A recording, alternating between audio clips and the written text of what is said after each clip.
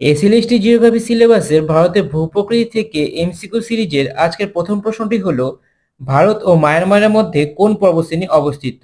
Option A Khasi, option B Tura, option C Namcha Barwa, option D Lushai.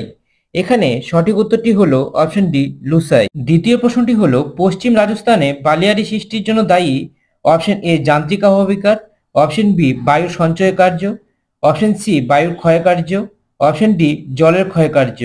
এখানে সঠিক উত্তরটি হলো অপশন বি বায়ুর সঞ্চয় কার্য। ৩ নম্বর প্রশ্নটি হলো, ছোড়নাগপুর মালভূমি গঠিত হয় প্রধানত অপশন এ বেলেপাথর, চুনাপাথর ও শেল দ্বারা, অপশন বি গ্রানাইট, চুনাপাথর ও ডলোমাইট দ্বারা, অপশন সি গন্ডোয়ানা কয়লা, বেলেপাথর ও চুনাপাথর দ্বারা, অপশন ডি আর্কিয়ান যুগের গ্রানাইট ও নিজ প্রভৃতি দ্বারা। এখানে সঠিক উত্তরটি হলো অপশন ডি আর্কিয়ান যুগের গ্রানাইট ও নিজ প্রভৃতি দ্বারা।